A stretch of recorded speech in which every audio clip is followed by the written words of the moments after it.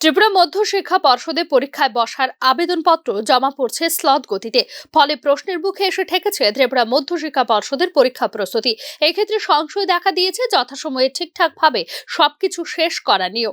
পর্ষদের মাধ্যমিক এবং সমতুল্য মাদ্রাসা আদিম পরীক্ষায় বসার জন্য নাম নথিভুক্ত করেছেন প্রায় 35,000 ছাত্রছাত্রী। উচ্চ মাধ্যমিক এবং সমতুল্য মাদ্রাসা ফাজিল কলা ও ফাজিল থিওলজিতে নাম নথিভুক্ত করেছে প্রায় 24,000 ছাত্রছাত্রী।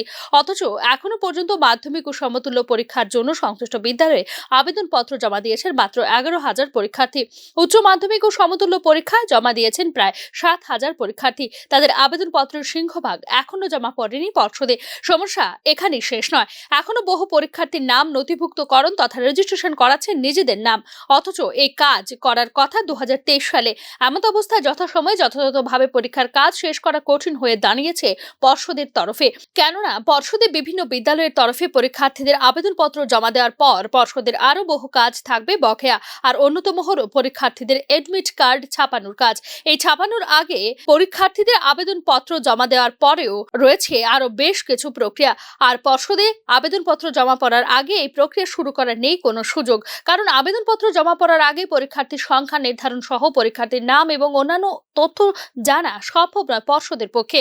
ফলে নির্দিষ্ট সময়ে 31 জানুয়ারির মধ্যে পরীক্ষার্থীদের আবেদনপত্র পর্ষদে জমা পড়ার উপর গুরুত্ব আরোপ করা হয়েছে পর্ষদের পক্ষ থেকে।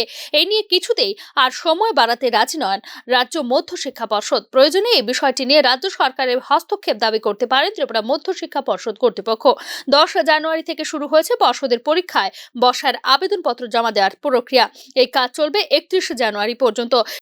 সে হিসেবে হাতে আর বেশি সময় নেই। তারপরেও একাংশ বিদ্যালয় কর্তৃপক্ষের দায়সারা মনোভাব উদ্বেগের মধ্যেই রেখেছে ত্রিপুরা মধ্যশিক্ষা পর্ষদকে। উল্লেখ করা যেতে পারে, ত্রিপুরা মধ্যশিক্ষা পর্ষদ পরিচালিত 2025 সালের মাধ্যমিক পরীক্ষা শুরু হবে 25 ফেব্রুয়ারি থেকে এবং উচ্চ মাধ্যমিক পরীক্ষা শুরু হবে 24 ফেব্রুয়ারি থেকে।